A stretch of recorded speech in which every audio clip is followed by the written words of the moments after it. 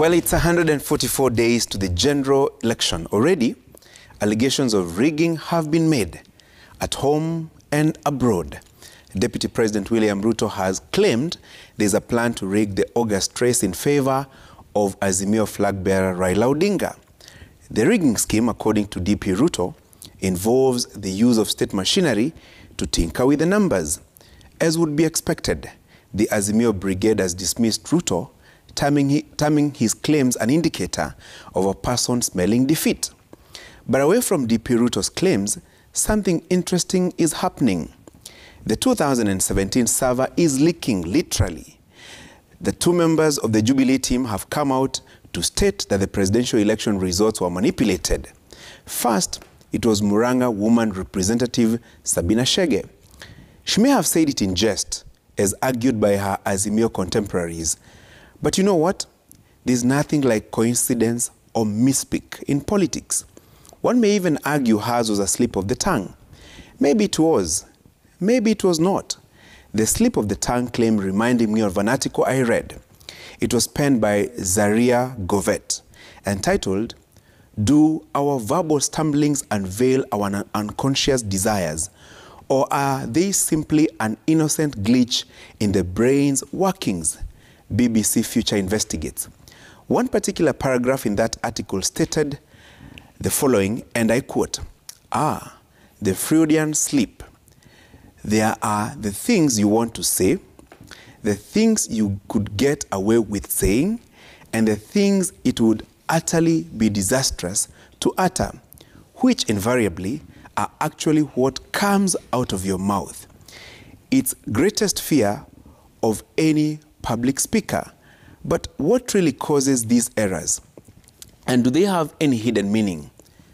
We all remember the political hullabaloo that Sabina Chege's rigging claims triggered. And on Tuesday, Gatundu South MP Moses Kuria repeated the rigging claims during the UDA National Delegates Convention. Let me jog your mind. Kuna wengine wanasema ati kura ya mlima itagawanywa.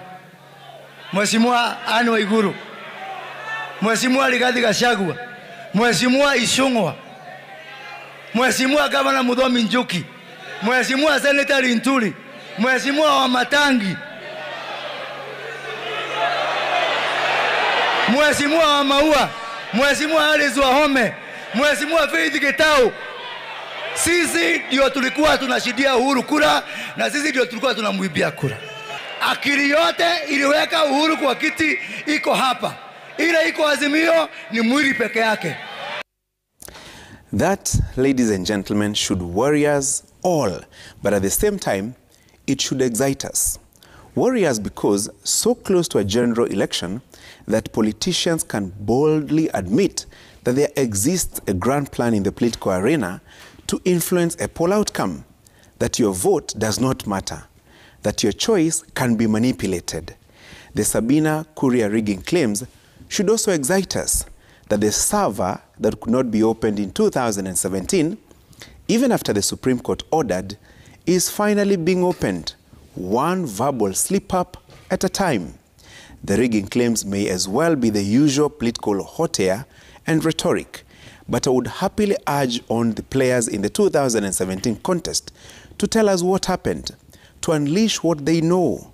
We should all encourage them. Toboa. After all, it is the Lenten season.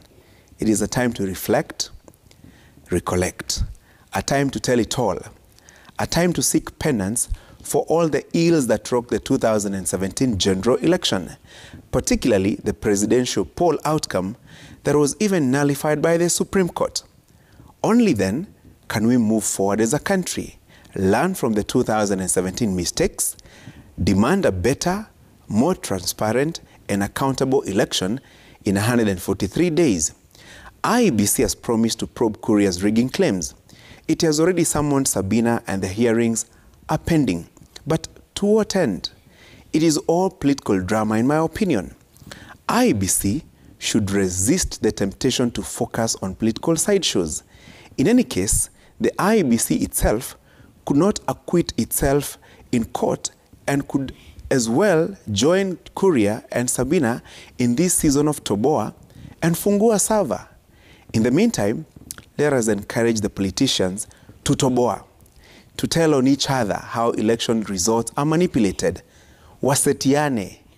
While at it, do not be discouraged. Do not conclude that there is no need of voting because the poll outcome is already determined, as some politicians would want us to believe. On 9th of August, turn up, turn out, go and vote. The ballot is powerful. It can change many things, for better or for worse, depending on our individual and collective choices. And it is not enough to just want change. You have to go and make change by voting. Taylor Swift, the American songwriter, reminds us, let your voice be heard at the ballot. Let me pen off by identifying with the words of Tony Snow, an American journalist. Voting is a right best exercised by people who have taken time to learn about the issues.